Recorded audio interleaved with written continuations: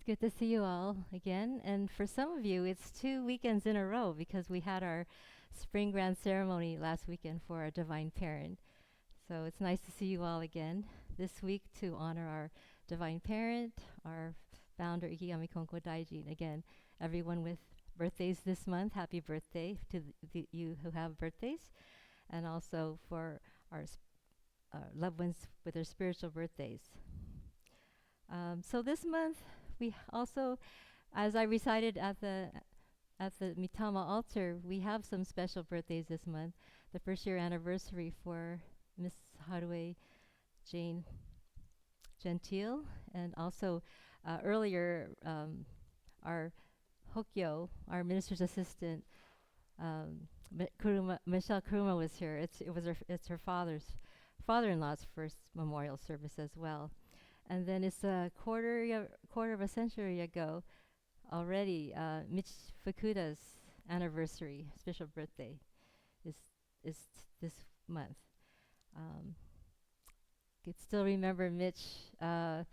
He all these years that he's done the bingo, which the summer bazaar, as you all know, is coming up next month. He was in charge of that, amongst doing so many other things as a leader here at our church. So it's so nice to honor him, and Addie too, her 6th year as well. So last week we had an inspiring speech by Mr. Bruno Lucarelli, and he talked about sacrifice. And I thought it was very considerate of him to be looking from one side as a believer and appreciating us Konko ministers and seeing us and our founder as making sacrifices. I do know a number of people in Japan who are children of ministers, and they love their outside job. They love their working in the secular world. But then when their parents either got up in age or became ill or passed away, then they gave up their jobs to become a minister and take over their churches. So in that case, I could see that as making a sacrifice. But in my case, speaking only for myself, I, on the other hand, do not feel like I am making a sacrifice to be a Konko minister. I'm the first one in my family to be a Konko believer, so I'm a first generation Konko believer. And so I don't have a parental obligation to take a church over. And even though I was a wife of a minister, also I didn't feel I had an obligation to become a minister. In fact, I was a geriatric social worker, and my ex-husband said, oh no, stay a geriatric social worker because that's a valuable and important job to help the elderly, those of us who are elderly. And so he also said I didn't need to be a minister. So it is my choice. It is my honor, and it's my joy to be a Konko minister. And as I shared with the fellow officiants after the last week's grand ceremony upstairs, I said, being a minister is the easiest way to practice the Konko faith and feel connected to Kami-sama. So maintaining my faith is the easiest way for me to be able to face, whatever hardships that I encounter in life, and to live a life, one with the universe, one with the ebb and flow of the universe, and to have a waga kokoro, we say, a peaceful, joyful heart. Well, in English we say joyful, peaceful, but the actual kanji starts peaceful and joyful. And so in the Konko faith, we also talk about deepening our faith, and even though we say deepening our faith, today I thought, what about if we say it in a different way? What about if I asked you, what are you doing to elevate your faith? So what are we doing to elevate our faith? When I hear elevate, lift up, it's a different feeling than deepening for me. So how about you? The word deepen versus elevate. For some people, deepen one's faith may be more inspiring. Words like solidifying, grounding comes to mind, and a firmer base. And for others, elevate may have a more slightly uplifting nuance, possibly more refreshing and invigorating, and, and an opportunity to encourage us to re-examine our faith. So elevate to me sounds more uplifting and positive, even joyful, and dare I say, fun. So thinking about deepening our faith also, it reminds me of Mother Earth, the Mother Earth element. So the Mother Earth element of our divine parent as the earth below.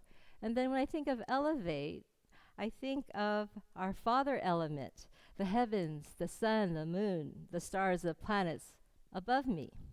We can see in our Konko crest, there's two rings. So one is the sun and the moon, and then the earth is also gold. The earth symbol kane is for the earth. So those are like the three deities that when our founder had to practice Shintoism.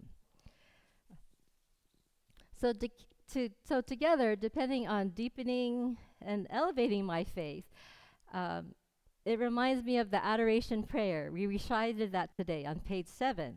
So the first lines are, we lift our eyes in awe towards heaven soaring above. We bow our heads in prayer toward earth rich and deep. But in this faith, rather than choosing A or B, we are taught to think in terms of A and B. So one example is our divine parent, not just a male or female deity, but our deity has both male or mother and father elements. So back when I was studying at the Konko Research Institute decades ago, I wrote about an experience there at the sacred grounds in Okayama. I was able to attend a special yearly celebration for the founder's wife, Tosei. And so I commented in my report that it was interesting the way that a man gave the main speech, even though a woman was being honored. And so later, when one of the administrators had read my report, he took me aside and he said, Joanne, actually, this ceremony has the officials were women, he said. And so that's why they had a male speaker to actualize the ayo kakeo concept of men and women working together. And that's when he explained the A plus B concept, not just either A or B.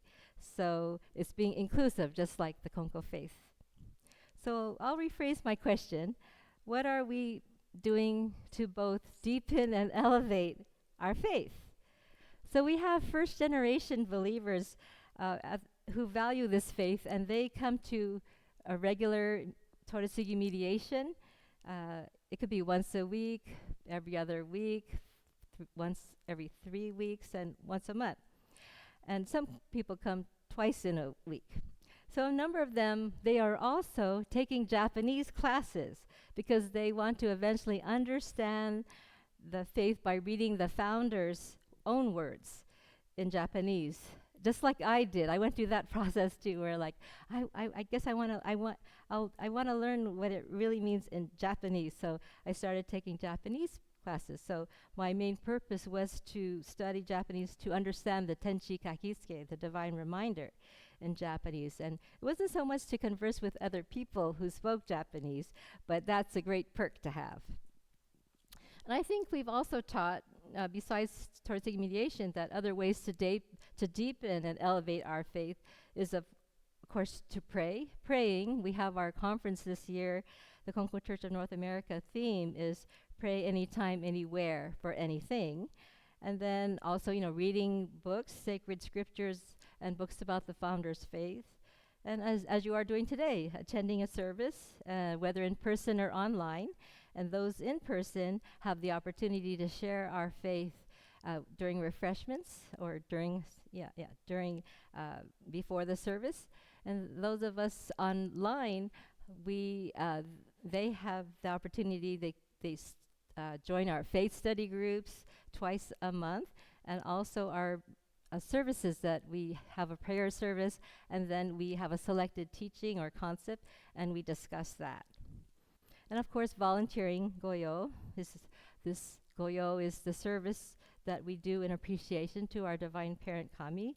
because in giving our time and energy to express our appreciation for the gifts of blessing we receive, we also are even receiving a stronger, building a stronger relationship with our divine parent and each other.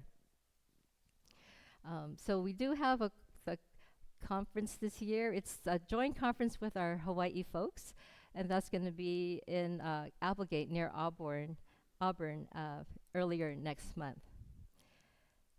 So we also, and there we have people who are second, third, fourth, fifth generation Konko believers, but we also have newcomers who are affiliated with our church coming from Southern California, Alaska, two people in Texas, and then someone from Philadelphia.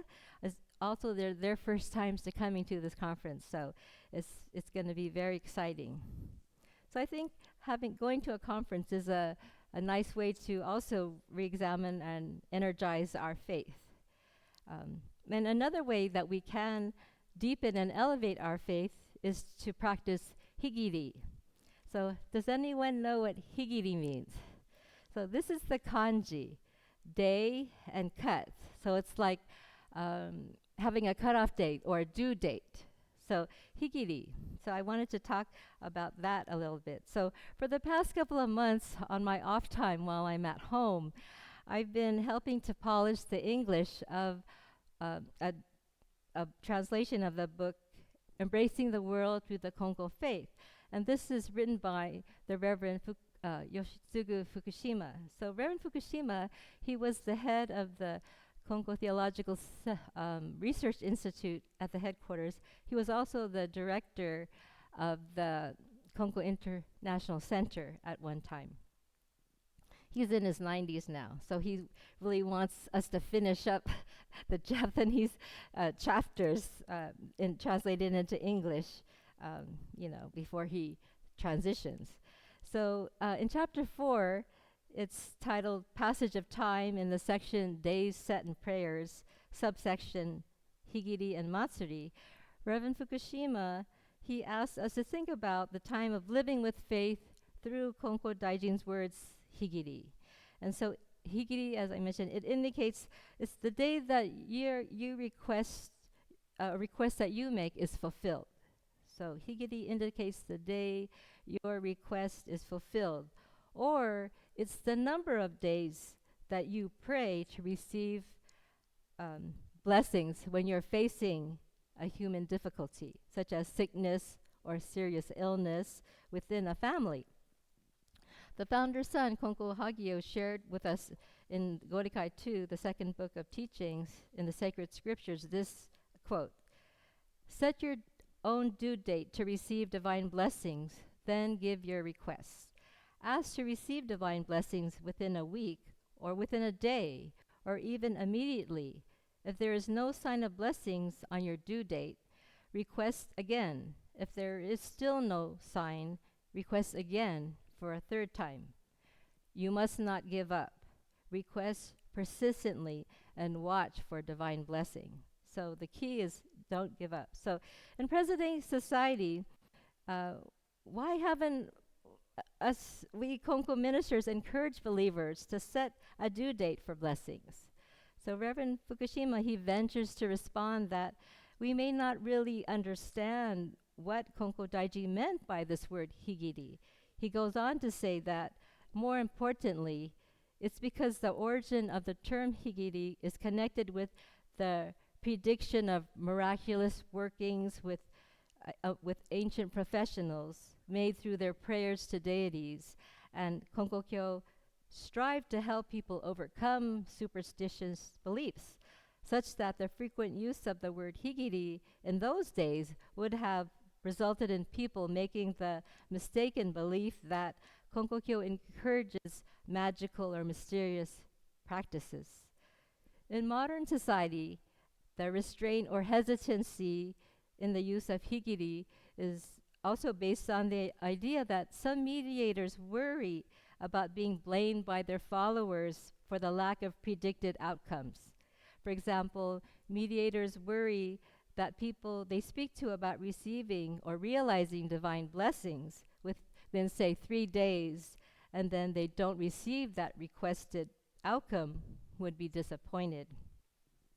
Even more importantly, they worry if the followers would become angry at or even blame the divine parent. So this is another reason why Konko Kyo has not placed emphasis on the word Higiri. So Reverend Fukushima, he went on to say that Konko Daijin actually meant, what he meant by Higiri was in fact not foretelling a day of blessings, nor the miraculous abilities of mediators. Higiri implies the importance of prayers to have successful results. And by successful results, I interpret it as the believer can find the message that Kami-sama wants them to grasp in order for their faith to grow and their relationship with Kami to deepen and elevate. So by setting a due date, we are already thinking positively and actively, right? So say you had an assignment and there was no due date.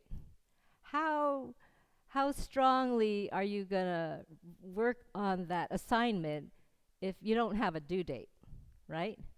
But if you have a due date, you may not work on it for a while, but when that deadline or that due date comes up, boy, are you going to really be intense and focused to get it done, right? So that's the same kind of intention behind having a due date, is so that you have that strong feeling. You're praying strongly, infusing all that energy to Kami-sama to please let me have this blessing, in this certain time. And even if we may not get that answer or that outcome that we want right away, or we might not even get the answer that we want at all, that answer that we are getting it may be something we don't want to hear, such as we need to be more patient. But what is most important is keeping a stronger relationship with Divine Parent Kami. And with our faith, we will surely realize blessings as long as we don't give up, as long as we keep seeking and searching to realize the blessings. So if we're feeling too comfortable in our faith or kind of forget about our faith or Kami-sama, setting a deadline for ourselves for a request, could be for others as well, right? Or even world peace. These things, if we keep that communication and relationship and energy with Kami-sama, that's what's most important. So, our requests may change, and a concrete example is when a loved one is very ill, and we pray so hard for them not to end their physical life. So, but they do. They end up transitioning to from their physical to their spiritual life, and so that's also why we're here today, is celebrating spiritual birthdays. So, our prayer for our loved one, physical life not to end, it may then change to Kami-sama, please let my loved one be at spiritual peace and happiness and continue to be with me in spirit and residing in my heart and protecting and guiding me and my loved ones. So in conclusion, I invite you all to join me in practicing Higiri to deepen and elevate our faith and connection with Divine Parent Kami. And so again, I'd like to end with that teaching. Set your own due date to receive divine blessings, then give your requests.